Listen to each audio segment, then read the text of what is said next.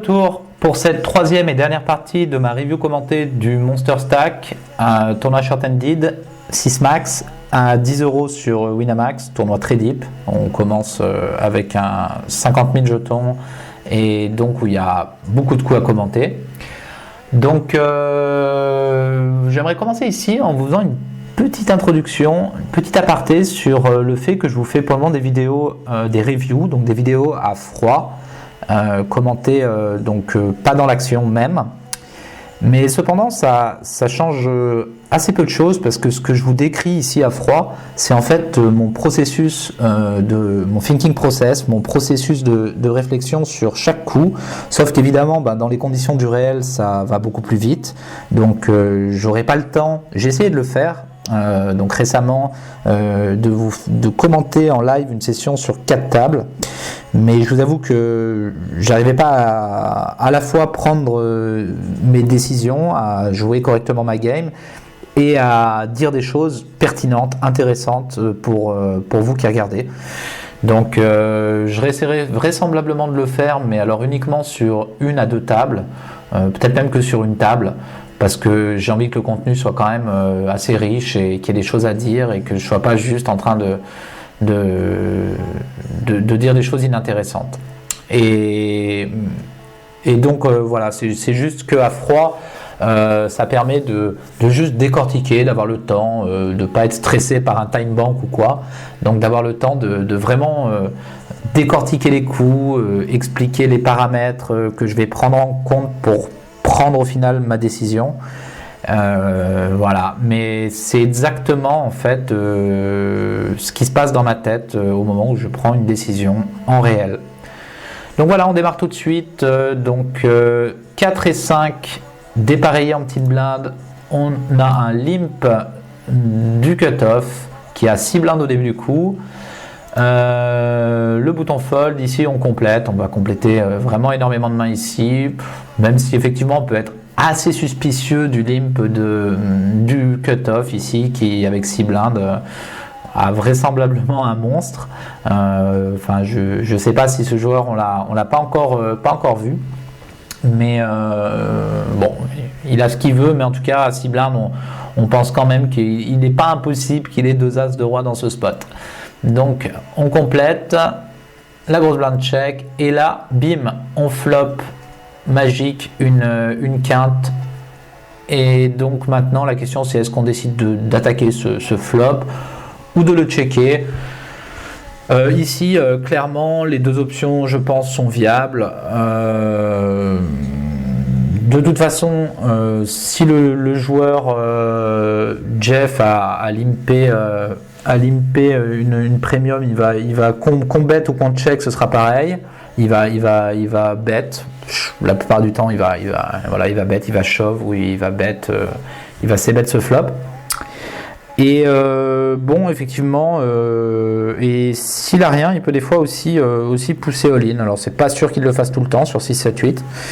Donc, on pourrait envisager de bet parce que des fois, Matman a pu toucher une paire là-dessus. Et si on bet, effectivement, il va call.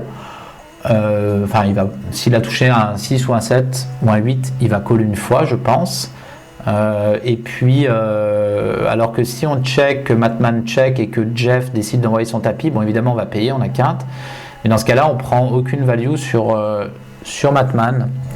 Et en plus de ça, il y a quand même quelques turns, enfin, essentiellement 8 cartes, que ce soit les 9 ou les 5, qui vont pas être géniales pour notre main. Donc on peut check, on peut bet. Ici j'ai décidé de checker. Matman check également. Et l'open limper, comme on s'y attendait souvent, fait tapis ici. Ici je pense que voilà, s'il a une premium sur ce flop, il va pas faire autre chose que tapis. Il a besoin de protection et donc il va tout mettre. Donc ici on a un call très facile. Donc je pense qu'ici il faut pas snap, faut prendre vraiment le temps de réfléchir avant de call. Petit élément stratégique. Au cas où Matman, je sais pas, top pair là-dessus, top pair des fois avec une gut shot ou avec une open-ended, et qu'il estime que être avoir une équité correcte contre notre range de call du tapis de Jeff, et qui décide de soit call, soit le plus souvent quand même réchauffe par-dessus, même s'il a quand même un peu beaucoup pour ça. Il peut call aussi. Donc voilà, je pense que c'est bien de prendre le temps de ne pas snap ici et de ne pas caller très très vite, de ne pas snap call, et de prendre le temps de réfléchir un peu pour essayer d'embarquer Matman 89 dans ce coup. Donc c'est ce que j'ai fait ici. Et Matman fold. Et donc Jeff nous montre, c'est ça, une premium de roi qu'il a décidé de limper. Donc pas de chance pour lui. Je pense que 6 blindes, c'est clairement ok de slow play de roi ici. Bon, même si à 6 blindes, le shove est ok aussi, parce qu'il a tellement peu qu'il va être payé quand même assez light. Mais shove ou call, rien, les deux me vont. J'ai rien à redire. Donc nous remportons ce pot et on est très content. Parce que du coup, nous c'est très cool avec 4 et 5 de remporter ce pot. Donc on change de table et on arrive face à un shove. On est en petite blinde avec As-8 dépareillé et on a un shove à 12 blindes du bouton. Donc ici, on ne peut pas fold notre main. On a une main trop forte face au range de push du bouton à 12 blindes. Et on ne peut rien faire d'autre que de call. Parce que ici, on va pas s'amuser on a un gros tapis derrière qui a plus de 60 blindes. Et donc ici, on va pas s'amuser on va call, et si Zifun qui est derrière nous revient dessus, on aura un fold assez facile, dans le sens où As-8 sera clairement derrière son range de raise. Donc on a un call et un fold sur un 3-bet de Zifun. Et ici, donc voilà, c'est des situations où je vois certains joueurs qui reshove ou qui click back. Non, ici, il n'y a pas besoin, en tout cas à ce stack size à 12 blindes, il n'y a pas du tout besoin de faire quoi que ce soit d'autre que de call et que de fold sur un re-raise de Zifun. On sera clairement derrière son range de re-raise. Donc on call et la grosse blinde décide de fold. On fait l'as tout de suite, bim, bonne nouvelle, est-ce que ça gagne? Oui, notre adversaire a poussé très très light avec 10 et 3 suités, 12 blindes, 10 et 3 suités, c'est clairement pas un shove au bouton, donc c'est une erreur de sa part et il faut qu'il retourne voir le tableau de Nash parce que c'est clairement beaucoup trop light. À 12 blindes, on a encore le temps, surtout là on commence à être en late, donc faut pas faire ce genre de push qui servent un peu à rien. Voilà, comme 10-3 suité, c'est trop light pour shove ici. Et donc nous on avait un call très très facile ici avec As-8 et on voit qu'on est clairement devant son range. On continue avec 10 valets suités en grosse blinde, donc face à un limp d'un joueur de mémoire assez fishy, récréatif, qui limpait beaucoup. Donc là il limp avec quelque chose comme 12 ou 13 blindes, ouais c'est ça, 12 blindes. La petite blinde décide de fold, pardon. Ici, avec 10 valets suités, si la petite blinde avait call, je pense que j'aurais checké, parce qu'on a une main qui flop quand même bien et qui est clairement jouable à 3 joueurs. Là, maintenant que la petite blinde fold, face à un joueur qui limp fold beaucoup, parce que ici, bon, contre un reg, ou même certains profils, je vais être assez suspicieux d'une main très forte ici pour limper à 12 blindes au bouton. Maintenant, contre ce joueur, sur les stats que j'avais sur mon HUD, c'est un joueur très très fishy qui limpait énormément. Là, j'ai décidé de pousser all-in. Avec ces 12 blindes. J'ai un tapis énorme, donc c'est ça aussi, je pense que j'aurais pas eu un tapis énorme ici, j'aurais toujours check parce que j'ai une main qui touche plutôt bien, qui connecte bien avec beaucoup de flops. Donc voilà, ici j'étais pas ultra suspicieux du fait qu'il ait une premium et j'ai un gros tapis. Je pense avoir de la fold equity malgré qu'il ait que 12 blindes, donc c'est la raison pour laquelle j'ai décidé de shove. notre adversaire nous a call. Donc nous terminons ce coup avec hauteur valet et notre adversaire nous montre 2 as. Donc il avait bien collé une premium à 12 blindes au bouton. Donc bon, bien joué à lui. Ici, c'est vrai que voilà, on peut être suspicieux de ce genre de play, mais pas chez lui. Voilà. Enfin, il a ça dans son range, mais par rapport à tout ce qu'il a dans son range, je pense que voilà, j'avais de la fold equity. Malgré tout, bon, je me suis un peu enflammé parce que j'ai un gros tapis, mais je pense que le mieux reste quand même, voilà, de checker. Ici, on a une main qui est très jouable, qui touche pas mal les flops. On pourra attaquer pas mal de flops en semi-bluff. On pourra faire pas mal de choses, check raise, all-in, des draws. Donc je pense que le shove est une petite erreur. C'est pas une grosse erreur, mais c'est une petite erreur et je pense que j'aurais préféré avoir checké ici. Donc voilà, faire attention à pas non plus quand on est chip leader, on a un très gros tapis. C'est pas pour autant qu'il faut pousser. On peut se permettre plus de choses, mais c'est pas pour autant qu'il faut dès qu'on a un spot à shove potentiellement le prendre absolument. Il faut d'abord bien réfléchir. Et là, j'ai été peut-être un peu vite en besogne et je pense qu'à posteriori, j'aurais préféré avoir checké et vu un flop et joué ma main post-flop. Voilà. Main suivante. Roi dame off au bouton. Donc, on a toujours le même joueur qui décide de relimper. Donc voilà, je vous l'avais dit, un joueur, c'est pas pour. J'ai pas shove contre n'importe quel profil, c'est quand même contre un profil très particulier. Je l'aurais pas fait contre la plupart des joueurs. Et donc là, il décide de limper avec quelque chose comme 17 blindes au début comme 16 blindes. 16, ouais, c'est ça, 16 blindes. Donc ici, voilà, face à ces ranges de limp, on est quand même largement devant avec roi dame. Cette fois, c'est plus tout à fait la même situation. Là, il y aura beaucoup de 10 valet, valet dame dans son range, donc des mains qu'on domine.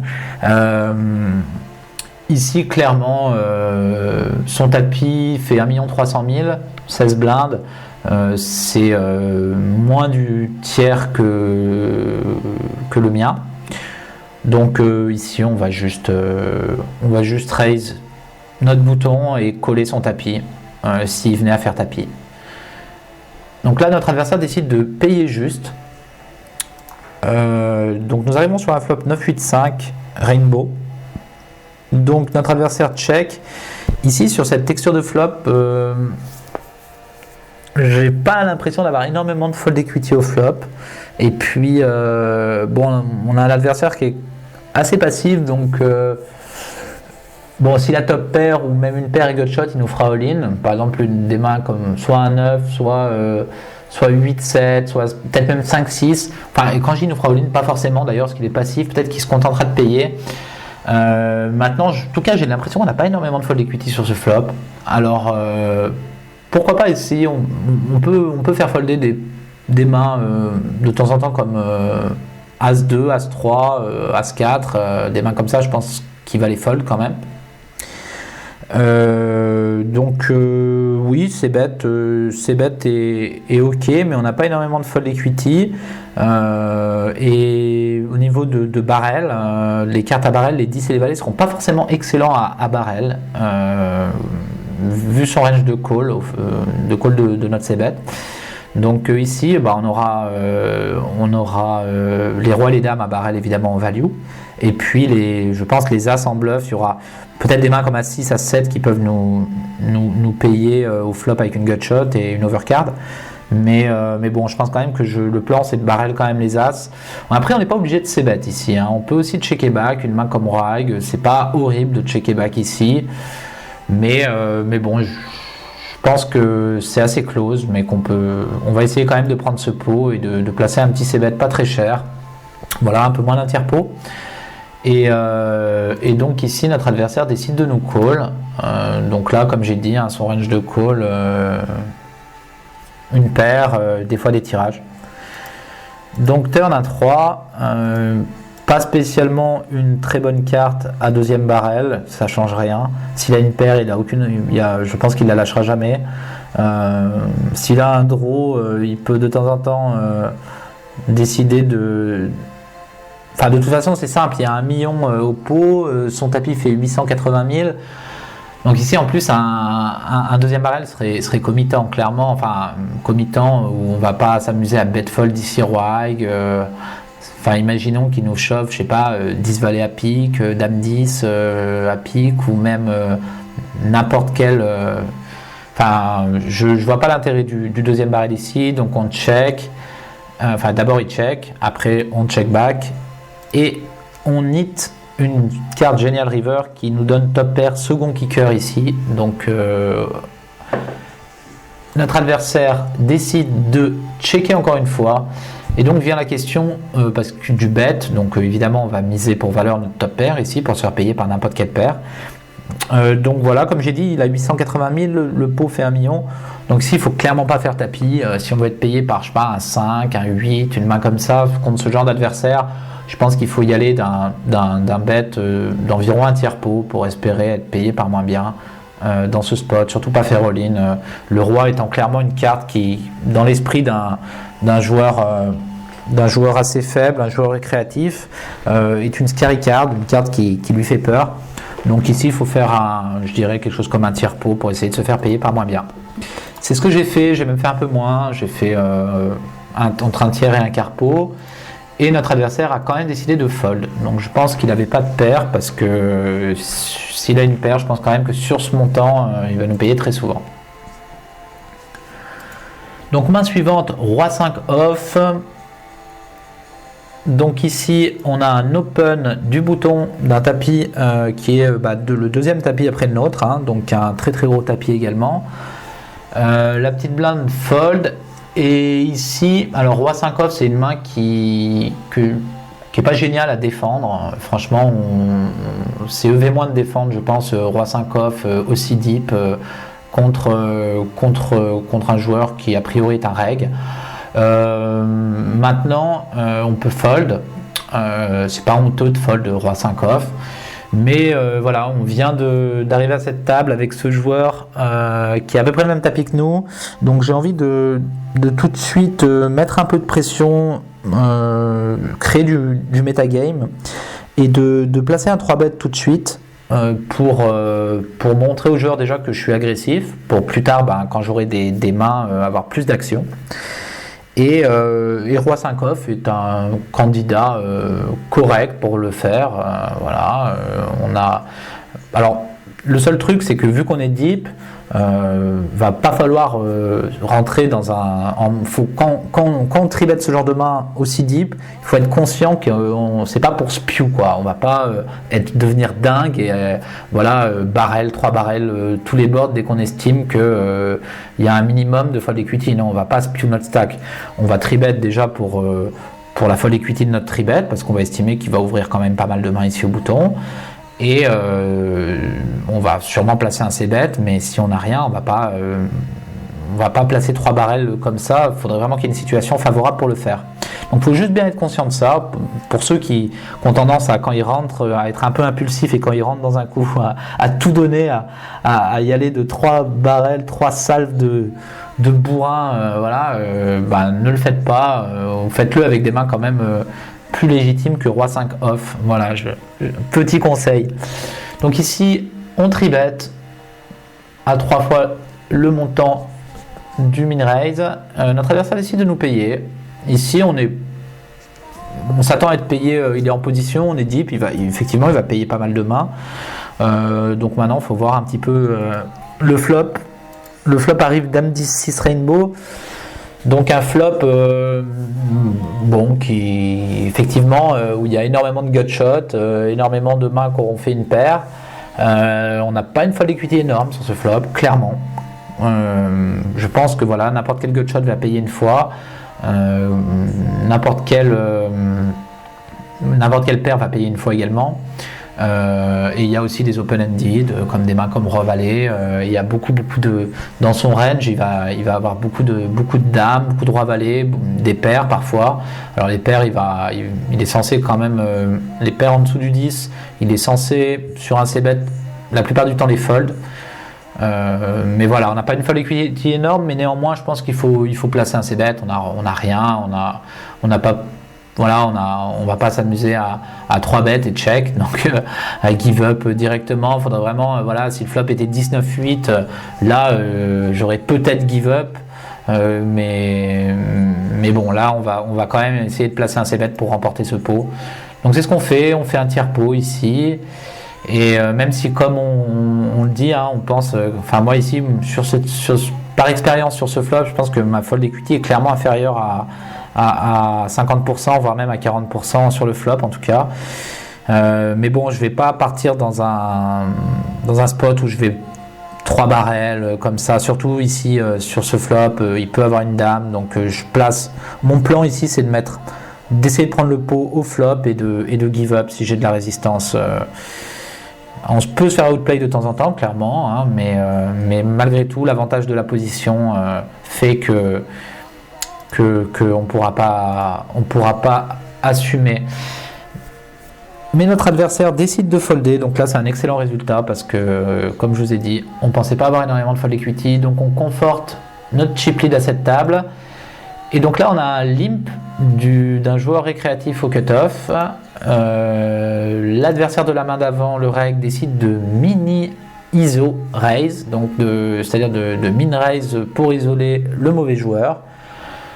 Ici on a valet 10 dépareillé, d'abord la petite blinde fold, et on a valet 10 dépareillé. Alors ici quand l'adversaire décide de min raise, c'est-à-dire vraiment un tout petit sizing, le mauvais joueur au cutoff, je pense que sa range pour faire ça est quand même assez faible, parce que s'il avait une main plus forte, s'il avait une main forte tout simplement, il aurait voulu faire plus grossir le pot contre un mauvais joueur, je pense.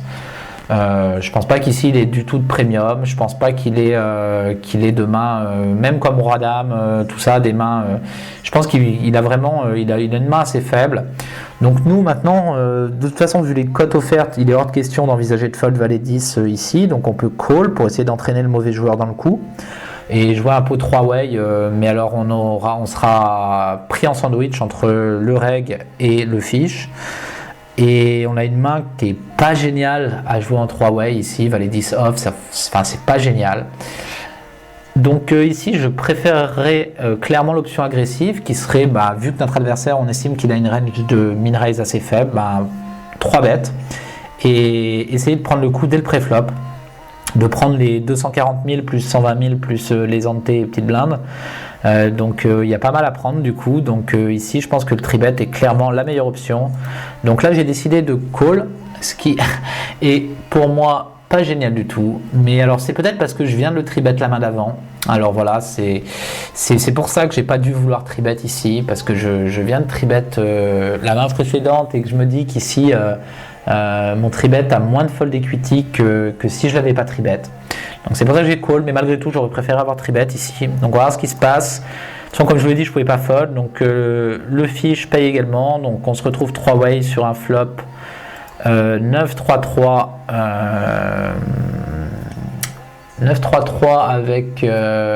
avec 2 trèfles. Donc ici on a 2 overcards sur le flop, on a une backdoor flush hauteur 10. Ici maintenant, comme je vous l'ai dit, 10 valet, c'est pas une main qui joue très très bien en 3-way, c'est même assez EV- de la jouer si on n'y met pas quelques moves post-flop. Donc là, clairement, quand je vois arriver ce flop et je vois ma main, je me verrai très bien bet ici, parce que à la fois on a de la fold equity sur le fiche et même sur le reg qui potentiellement peut se dire qu'on peut avoir quelque chose ici. Parce qu'on peut décider de prendre de la value contre le fiche. Donc on a un peu de crédibilité à bet ce flop. En plus de ça, il y a une flush draw, donc il peut aussi nous voir sur une flush draw, et ça veut dire une main qui ne lâchera pas forcément contre un raise. Donc je me verrais bien lead ici, je sais pas ce que j'ai fait, donc j'ai décidé de lead, donc là je suis content de ce lead. Donc j'ai mis environ un tiers pot, enfin un petit peu moins, environ 31-32% du pot. Donc le fiche a décidé de fold et notre adversaire, le reg, a décidé de fold. Donc voilà, cette main pour illustrer que j'ai pas 3 bêtes, j'aurais préféré 3 bêtes pré-flop, même si effectivement avec l'historique du fait de l'avoir 3 bêtes à la main d'avant, j'ai préféré ne pas le faire. Donc voilà, c'est encore une fois historique dépendant. et en fonction de l'historique. Et par contre, quand on paye des mains comme 10 valets qui a 7 blindes au milieu, il faut être prêt à pas juste jouer straightforward, c'est-à-dire pas jouer ABC, j'ai touché une paire, je paye. Non, il faut faire quelques moves, placer quelques moves comme ici je l'ai fait. Voilà, tout simplement.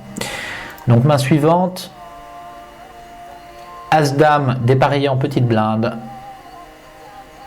Pas d'action jusqu'à moi, donc là je décide d'ouvrir à 2,5x contre un joueur qui a ici, les blindes sont de 80-160 000.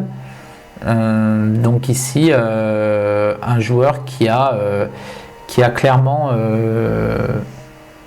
alors attendez, j'ai un petit doute là parce que je ne sais pas s'il n'a pas open pré-flop. S'il n'a pas open pré-flop. Non, les blindes c'est ça, apparemment 80-160 000. Donc oui, donc je ne sais pas pourquoi ça veut dire qu'il a moins de... il a moins de 10 blindes, je dis pas de bêtises. Ouais, enfin il a 10 blindes, je sais pas, ouais, j'aurais pu shove, je sais pas pourquoi j'ai réussi ici. Enfin attendez, je dis pas de la merde, ouais c'est ça, il a même pas 10 blindes au début du coup, donc soit j'aurais préféré min raise ou shove que faire 400 000, mais bon, enfin bon, le résultat c'est un peu un détail, mais bon. Donc il décide de shove, donc un call très facile avec As-Dame, et ici on fait top pair. Deuxième kicker, et notre adversaire nous montre paire de 5, donc un coin flip qu'on remporte, et on conforte encore plus notre tapis. Donc on continue, main suivante. Donc ici je crois qu'on est présent en demi-finale donc, de ce tournoi. Donc valet dame suité au cut-off. On a un open d'un joueur qui a environ 33-34 blindes au début du coup. Donc là il commence à y avoir un petit peu, on est en demi-finale, donc on est vraiment en late game.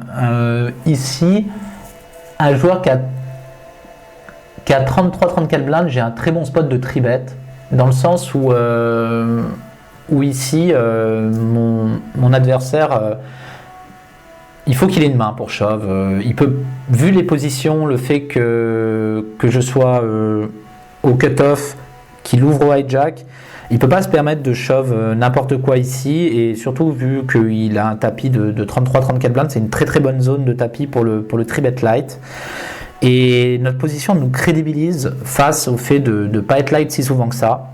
En plus de ça, le fait de tribet évite justement, par rapport au call, de se faire squeeze derrière parce que derrière on n'a que des règles, donc que ce soit aussi bien Matman, Clickson, Zifun, c'est des règles plus ou moins bons, mais ça reste des règles qui sont capables de placer un squeeze ici, et ce serait un peu jeter de l'argent par les fenêtres que de just call. Donc encore une fois je préfère même fold à call, mais je préfère quand même ici clairement tribet eu égard à la taille du tapis de notre adversaire.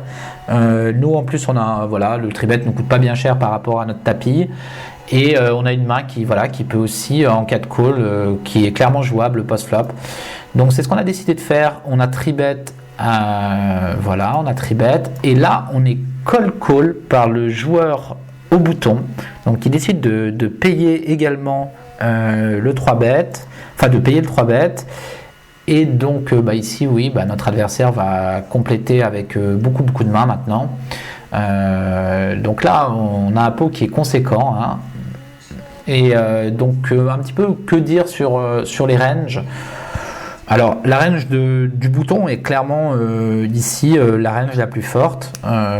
Pour payer ici, il aura souvent des mains comme 2-10, 2 valets.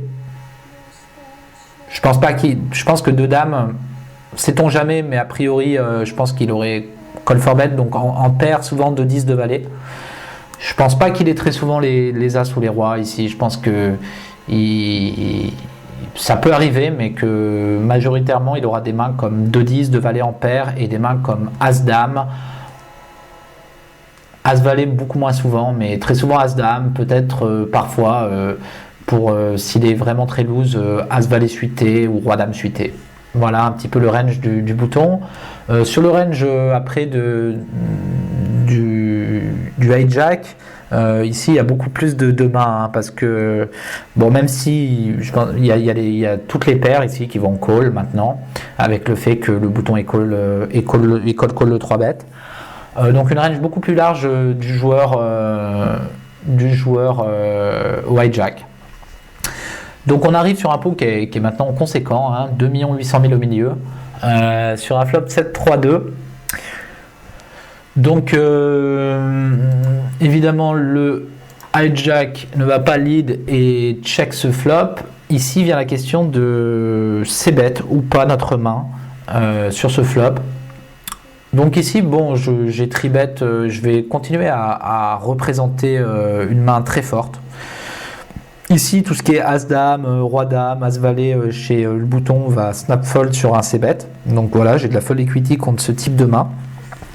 Évidemment, bon, s'il a paire de 10 ou 10 valets, il lâchera pas. Mais parfois, je peux avoir un spot de deuxième barrel favorable sur un As ou un Roi. Mais je pense que voilà, en c-bettant, je fais fold à la fois toutes ces non-paires. Ces mains, ces As-High, je pense vraiment pas qu'ils s'amusent à. Alors peut-être que voilà, il y a certains joueurs qui vont payer, hein, As-Dame, des mains comme ça une fois, mais moi je pense vraiment qu'ici, vu les stacks, il va très très souvent folder ces As-Dame ici, et le fait surtout qu'il y a un joueur derrière à parler également, donc c'est pas comme si là il se retrouve pris en sandwich en fait, donc ce qui légitime encore plus mon c-bet ici. Et l'autre joueur, sa range est très large, donc j'ai de la fold equity clairement sur ce flop, sauf contre les paires chez le bouton. Donc je décide de c-bet. Alors là, vraiment, voilà, 30% du pot environ, ça sert vraiment à rien de mettre cher, surtout que là le pot est déjà énorme. Donc vraiment un petit c-bet. Je pense que même sur ce type de c-bet, une main comme As-Dame au bouton, la fold equity est pas énorme sur son range, mais elle est existante contre je pense vraiment qu'avec un joueur derrière à parler, il va fold énormément, même si à sag. Donc je c-bet, et là le bouton fold, donc là on est vraiment très content de voir le bouton folder ici, parce que c'est la range la plus forte qui fold de mes deux adversaires, et notre adversaire chauffe qui peut, décide de call ici. Donc là, quand il call ici, très clairement, je pense qu'il a toujours une paire. Alors ça peut être une paire de 4, une paire de 5, une paire de 6, une paire de 8, une paire de 9. Parfois une paire de 10 qu'il aurait décidé de pas 4 bet. Donc il paye. Et bim, la turn magique qui est clairement énormément, beaucoup plus dans mon range que dans le range de mon adversaire, un roi. Ici, clairement, je pense que, comme je vous l'ai dit, hein, c'est un petit peu la même range que si le bouton avait payé. C'est-à-dire que je vais barrel en bluff uniquement les rois et les as à la turn. Donc ici, voilà, le pot fait. Alors oui, il a moins. Notre adversaire, il lui reste moins que la taille du pot comme stack effectif. Donc ici, voilà. Mais en fait ici, la taille du bet importe finalement assez peu, parce que ici, il aura une énorme décision, et si on fait, je pense que on aura encore plus de crédit à faire un sizing du genre un tiers pot ou un peu moins ici qu'à shove. Dans l'esprit de notre adversaire ici, clairement, si j'ai un roi, je vais pas shove, hein, je vais faire également un tiers pot, même un peu moins, hein, un quart pot environ, ouais. Donc ici c'est ce que je vais faire. Donc je vais faire, bon là j'ai voulu mettre un petit peu plus, j'aurais pu pour voilà, lui montrer quand même que quand on voit, il suffit de regarder l'écran pour voir qu'on a vraiment l'impression d'être complètement committé, alors qu'en fait on est clairement en bet fold, hein, on n'a aucune, on a dame high ici, et même si je shove une paire, on a 6 out contre sa paire, donc en gros 6 out sur une carte, c'est 12% d'équité, donc on n'a pas l'équité pour call ici clairement, et puis des fois il aura parfois mieux qu'une paire, des fois on sera draw in dead même, donc je veux dire, on est clairement en bet fold sur une carte qui est vraiment une carte magique à bluffer. Le roi et l'as sont les meilleures cartes à bluffer, donc on se sert de cette turn pour pour deuxième barrel bluff ici et ça passe. Alors là c'est un coup qui est très bien parce que non seulement il met en confiance, on place un gros bluff et puis surtout c'est énorme parce que en termes de jetons, parce qu'on a eu un 3-bet qui a été payé 2 fois, un c-bet payé 1 fois, donc là on passe à un stack vraiment bon, donc 10 millions de jetons. Et on continue donc toujours en demi-finale, ici valet 10 off, donc face à un adversaire qui a 10 blindes, un shove très facile ici, qui a 11 blindes et on est payé. On fait le valet, est-ce que ça suffira? Oui, notre adversaire nous a payé avec 7 et 9 suités, avec 11 blindes, c'est beaucoup trop light ici je pense, c'est quand même... on voit des adversaires qui craquent un peu à des moments, parce que là, je veux dire, tenir tout un tournoi, des heures et des heures de jeu pour au final payer 11 blindes en bataille de blindes avec hauteur 9, franchement c'est un peu du gâchis quoi, donc même si ok il a plus que 11 blindes, mais il aura des spots pour shove beaucoup plus profitables que de payer un all-in avec hauteur 9 ici, clairement. Donc une erreur, on profite de son erreur et on est très content de gagner ce pot. Main suivante, paire de 9, il n'y a qu'une grosse blinde et on a un shove à 7 blindes et demi du hijack, donc un call très facile ici. On paye et notre adversaire nous retourne As-Roi et nous gagnons le coin flip. Donc là cette fois on est deuxième et donc là on arrive ici en table finale de ce tournoi, donc on voit qu'on est 7 comme je vous l'ai dit sur le Magnum, c'est pareil, ici on regroupe la table finale à 7 joueurs pour pas qu'il y ait de disparité de nombre entre les deux demi-finales.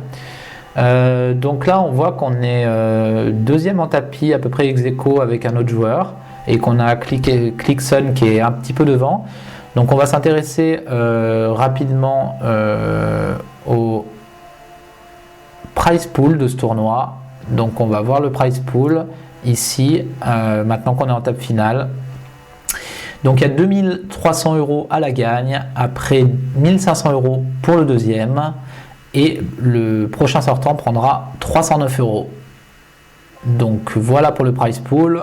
On est parti pour cette table finale avec une jolie paire de rois en early. Donc on va ouvrir évidemment. On est payé par un joueur assez loose qu'on a déjà vu tout à l'heure. Ici payé également par la grosse blinde. Donc ici on arrive sur un flop vraiment dégueulasse pour notre main, As-8-9 avec 2 cœurs, donc il y a une overcard à notre paire évidemment, et donc et des draws potentiels, voilà, des draws qui il peut même y avoir des draws très très forts comme des 10 valets à cœur potentiellement dans les range call. Ici notre adversaire Clickenson décide de checker. Voilà, on a une décision à prendre. Est-ce qu'on décide de c-bet ou pas ce flop? Alors, en termes si on check ici, clairement, ça va être très compliqué de check call profitablement et on va être un peu face-up sur la main qu'on a, ou sur des fois un petit as, mais bon, la plupart du temps sur la main qu'on a. Ici je pense que je préfère c-bet pour essayer de prendre le pot tout de suite. Alors il y a la range de la grosse blinde est relativement faible, et on peut lui faire, il n'a pas du tout que des as, et même le cutoff n'a pas forcément du tout aussi que des as dans son range. Donc ici je préfère c-bet pour essayer de prendre ce pot tout de suite plutôt que me retrouver dans un spot à laisser bet potentiellement le bouton. Et aussi il y a beaucoup de cartes turn, que ce soit un cœur, j'ai même pas le roi de cœur. Qui vont être très très compliqués à jouer, qui peuvent faire des combos de 2 paires, qui peuvent faire ici je préfère bet fold ce flop, c'est bête, et si je suis raise fold ma main, mais essayer de prendre le pot. Donc c'est ce que je fais, je sais bet, même pas un tiers pot. Voilà, le but c'est vraiment c'est vraiment d'essayer de prendre ce pot, de mettre un petit stab et que personne est l'as et de remporter l'as ou un draw conséquent et de remporter ce pot. Je vois pas de meilleure manière de jouer en termes de jouabilité. Check call est compliqué, des adversaires peuvent décider de mettre un bet nettement plus cher que le bet que je mets, un bet moitié pot, un peu plus, sait-on jamais. Donc je me vois pas call un bet moitié pot, arriver sur une turn, ne pas savoir quoi faire, enfin jouer complètement in the dark, c'est-à-dire ne pas savoir contre quoi je joue. Donc en termes de jouabilité ici, je préfère c-bet. Donc c'est ce que je fais, je c-bet. Et mes deux adversaires fold, donc un très très bon début de table finale, malgré un mauvais flop pour notre paire de rois. On gagne ce premier pot, donc on est très content et on continue. À suité en petite blinde, on a un shove de Matman qui a ici 8 blindes. Donc tout le monde fold jusqu'à moi. Ici, 8 blindes white jack. On a juste un joueur derrière qui a 11 blindes, 12 blindes. Ouais, qui a 13 blindes. Ici, je pense que c'est un call à suite. Le joueur est clairement le plus short, donc il doit prendre des risques. Ici, c'est pas comme s'il y avait un ou deux joueurs qui étaient plus short que lui derrière. Dans ce cas-là, j'aurais peut-être fold parce que ça renforcerait son range de shove. Il a que 8 blindes en même temps, donc j'aurais sûrement call quand même. Mais voilà, à 8 blindes, je pense que ici ça reste un call, mais encore plus parce qu'il est le plus petit tapis et qu'il se doit de prendre des risques. Donc voilà, j'ai call, j'ai shove parce que l'autre de toute façon a 13 blindes. Donc je frappe top pair au flop. Et ici notre adversaire nous montre roi 10. Donc voilà, on voit que je pense qu'on dominait son range de shove sans problème à 8 blindes avec à suite. Et puis alors par contre voilà, la question c'est est-ce que j'aurais payé si j'avais été au cut-off par exemple avec 3 mains derrière à parler. Il y a aussi le fait que j'ai plus qu'un joueur derrière à parler qui n'a que 13 blindes, qui me facilite le call. Il faut faire attention aux positions dans lesquelles on paye les tapis. On peut payer nettement plus light les tapis en fonction du nombre de mains qui a à parler derrière nous. Donc ici, il n'y avait qu'une main à parler derrière, donc même si ça facilitait encore plus notre call. Donc on remporte ce pot et on élimine un joueur. Donc on n'est plus. Et là, on voit qu'il y a eu des dégâts et c'est Clickson qui a fait beaucoup de dégâts. Je me rappelle et qui a monté donc un très gros tapis. Donc on se retrouve à 4 à la table, 4 left ici et à 6 dépareillés en grosse blinde. Donc ici mon adversaire décide de raise à 3x en petite blinde, donc il est chip leader. Clairement il va vouloir mettre beaucoup de pression sur toute la table. Ici à 6 off, on est face à donc il y a un tout petit tapis qui a même pas 10 blindes, shove qui lui reste même pas 10 blindes. C'est une main qui, contre 3x ici, j'aurais beaucoup plus tendance à 3 bet qu'à défendre cette main. Parce que c'est une main qui va assez mal, qui va pas être facile, même en position, qui floppe pas très bien. Alors, et surtout le fait aussi qu'il ouvre à 3 blindes, en même temps, on peut se dire il a des mains plus fortes, mais des fois c'est aussi pour se rajouter de la fold equity sur son open. Et du coup, il y a plus à prendre que s'il ouvre à 2 blindes, dans lequel cas on va défendre, on va plus avoir tendance à défendre qu'à 3 bêtes. Donc ici, maintenant si on 3 bêtes, on va faire quoi? On va faire quelque chose comme 2 millions ou un petit peu moins. L'adversaire peut aussi nous 4 bêtes, etc. Mais je pense que je préfère légèrement 3 bêtes ici au call. On va voir ce que j'ai fait. Donc j'ai décidé de 3 bêtes, c'est ça. 1 900 000 sur son ouverture à 750 000. Et notre adversaire a décidé de nous call. Donc il défend hors de position ici, alors que il a la place de placer des 4 bêtes s'il veut, mais il décide de défendre. Donc on arrive sur un flop Dame 3-4 Rainbow, donc un flop très dry, très sec. Donc ici on va placer un petit c-bet un tiers pot, je pense. Notre adversaire déjà check et on c-bet un tiers pot et notre adversaire décide de nous min-raise ici.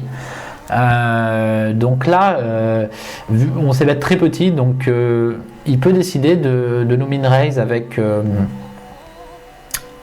pas mal de choses, notamment avec rien. Je me rappelle, c'était un joueur quand même assez agressif et et qui jouait même un petit peu bizarrement, mais qui était clairement agressif.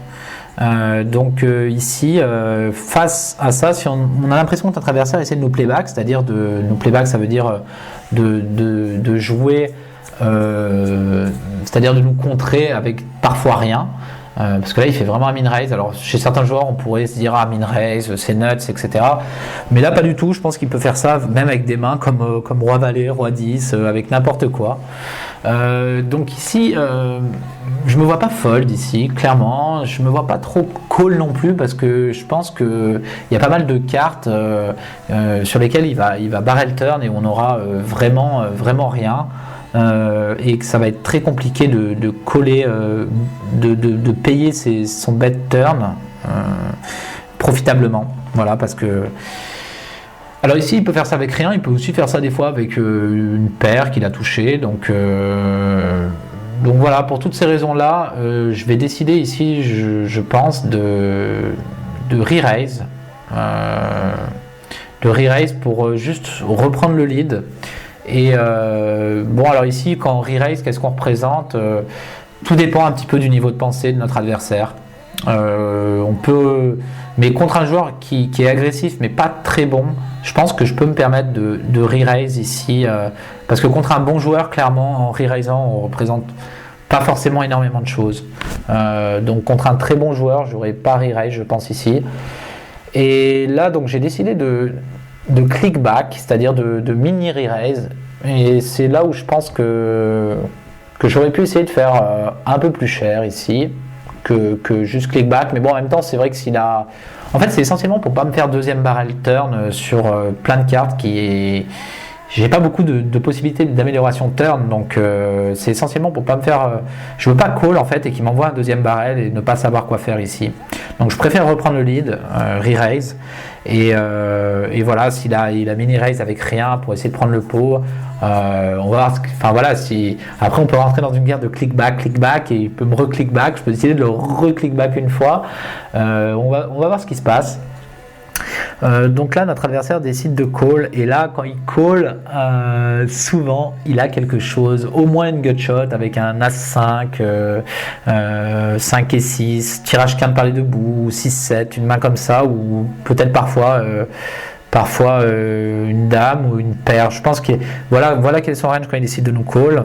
Donc là clairement sur un 8 de trèfle qui arrive turn, je pense pas avoir beaucoup de fold equity. Le pot fait maintenant 11 millions, donc il est assez conséquent.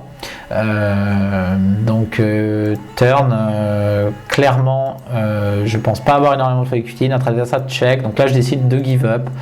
Voilà, j'ai estimé qu'il pouvait nous min raise en bluff, j'ai re-raise. Bon, il a payé, maintenant je vais pas spew mon stack pour autant, je pense pas avoir une fold equity énorme, et j'ai pas envie de.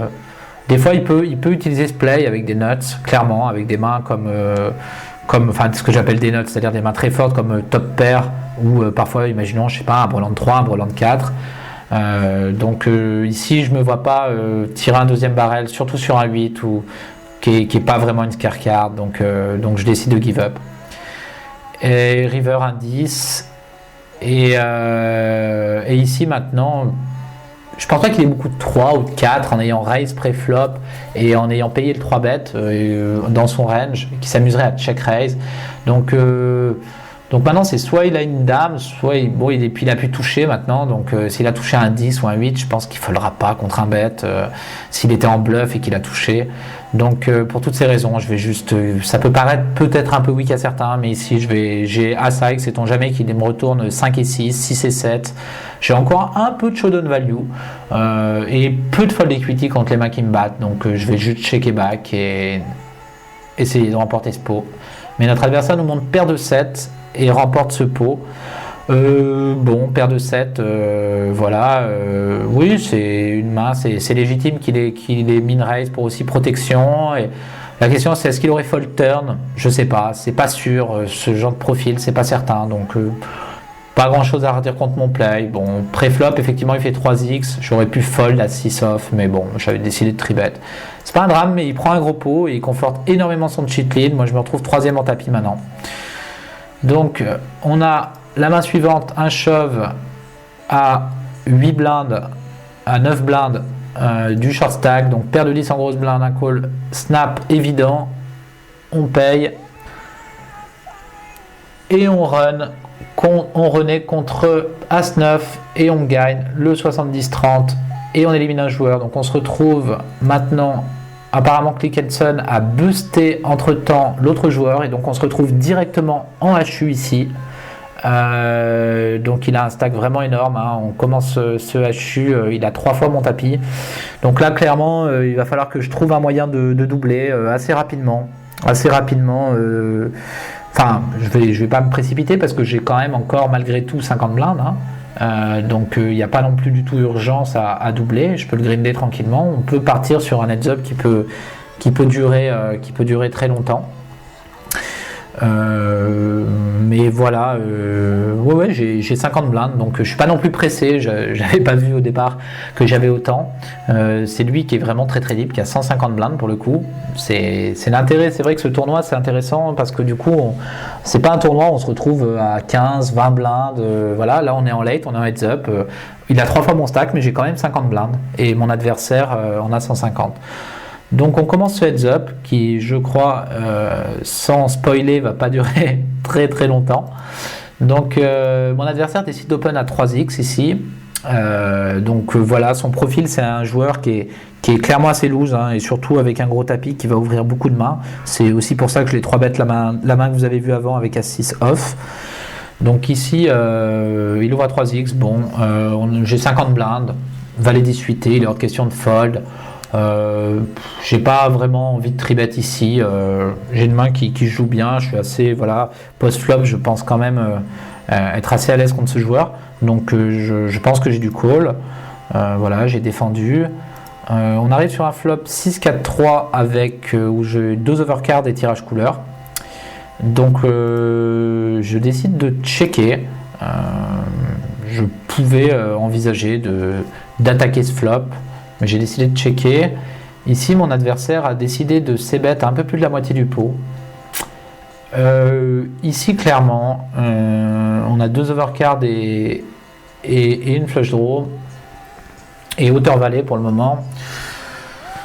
On est assez deep. Donc, comme je l'ai dit, 50 blindes au début du coup. Donc même s'il a ouvert à 3 blindes, il y a encore des jetons à jouer. Donc ici certes s'il a une main comme je sais pas, As-6, Roi 6, n'importe quel top pair, j'ai encore beaucoup d'équité contre sa top pair. Ici je peux décider de check call ou de check raise ce flop. Les deux options sont viables. Maintenant ici je me rappelle que j'avais pas forcément envie je me sentais assez confiant dans ce heads up, donc j'avais pas forcément envie de jouer long ball et dès que j'avais le moindre draw de check raise et de partir à tapis contre ce joueur, parce que je pensais avoir pas mal d'edge contre lui, donc pas mal d'avantages à pass pew, mais ne pas jouer long ball, c'est-à-dire ne pas essayer forcément à tout prix de doubler très rapidement, de le grinder progressivement, vu que j'étais à l'aise contre ce joueur. Donc ici, voilà, les deux options sont viables, check raise et call. Si on check raise, c'est clairement pour go broke, c'est-à-dire pour aller all-in, c'est-à-dire si il nourrit raise, on va à tapis. Si on a check raise ce flop avec 2 over et flush draw, évidemment. Contre son range global, c'est ok, même si c'est pas forcément génial et que j'avais pas forcément envie de jouer long ball, comme je vous l'ai dit. Donc j'ai décidé de call ici. La turn arrive, m'amène, c'est une très très bonne carte qui m'amène maintenant top pair et toujours un tirage couleur. Donc ici je recheck encore une fois et mon adversaire décide de deuxième barrel ici.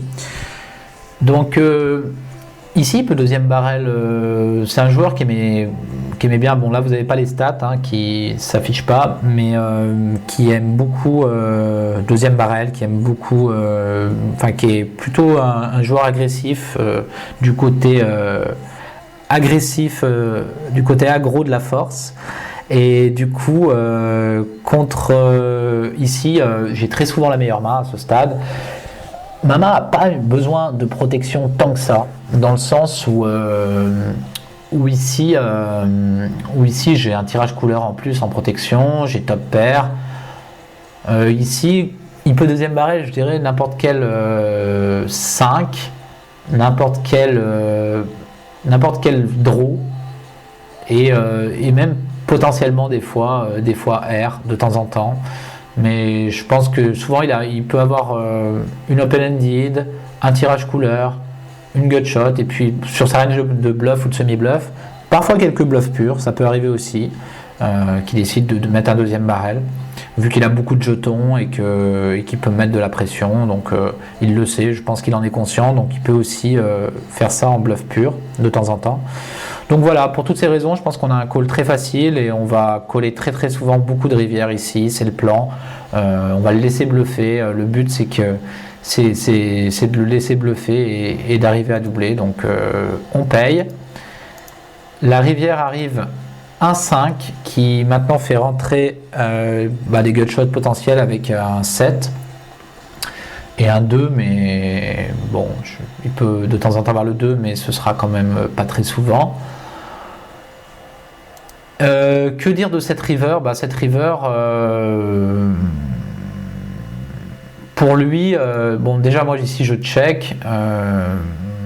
Moi j'ai 11 millions de tapis, le pot fait 9 300 000.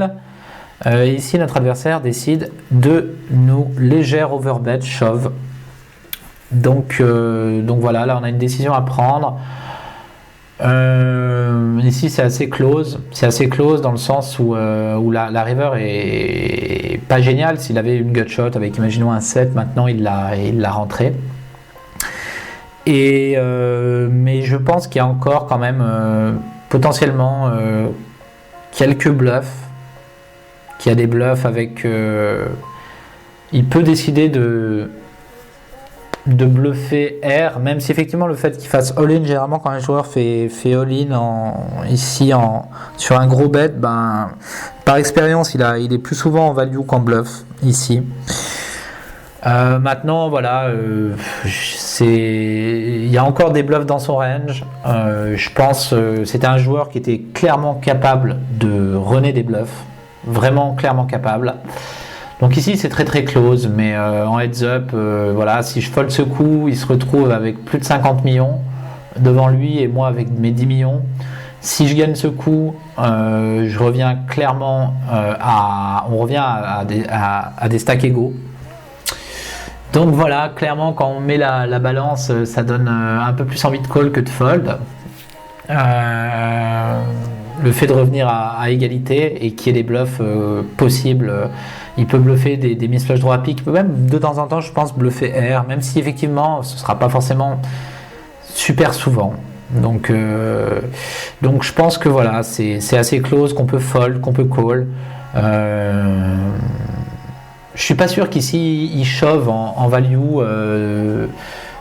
Par exemple, deux paires, je suis même pas certain qu'il le shove en value. Donc, je pense qu'en value ici, il shove la quinte, que ce soit la quinte avec un 7 ou 7 et 8. Je pense pas qu'il.